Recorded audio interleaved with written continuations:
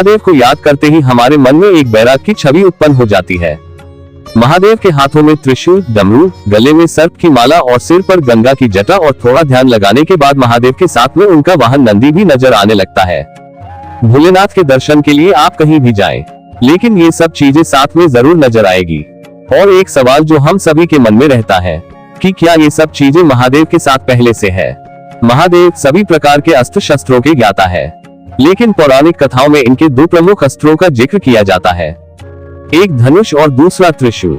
त्रिपुरासुर का वध और अर्जुन का मानभंग, ये दो ऐसी घटनाएं हैं जहां महादेव ने अपनी धनुर्विद्या का प्रदर्शन किया, जबकि त्रिशूल का प्रयोग तो महादेव ने कई बार किया है।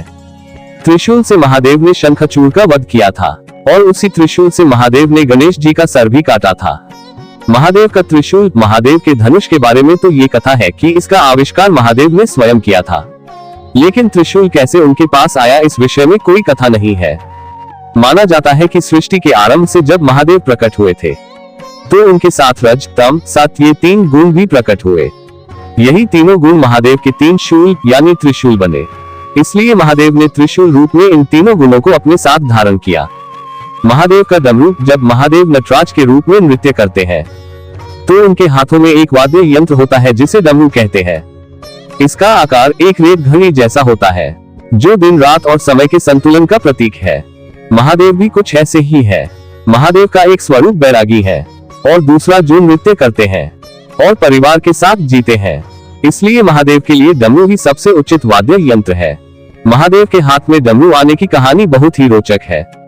सृष्टि के आरंभ में जब देवी सरस्वती प्रकट हुई, तब देवी ने अपनी वीणा के स्वर से सृष्टि में ध्वनि को जन्म दिया, लेकिन ये ध्वनि सुर और संगीत विहीन थी।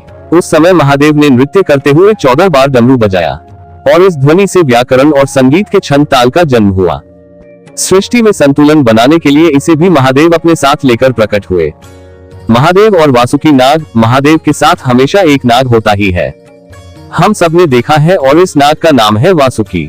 इनके बारे में पुराणों में बताया गया है कि यह नागों के राजा है और नागलोक में इनका शासन है। समुद्र मंथन के समय इन्होंने ही रस्सी का काम किया था, जिससे सागर को मथा गया था। कहा जाता है कि वासुकी नाग महादेव के परम भक्त थे, और इनकी भक्ति से प्रसन्न होकर महादेव ने इनको नागलोक का राजा बना दिया, और साथ ही अपने गले में आभूषण की भांति लिपटे रहने का वरदान दिया। उम्मीद है आपको ये जानकारी पसंद आई होगी। मिलते हैं अगली धार्मिक जानकारी के साथ। हर हर महादेव, राधे राधे।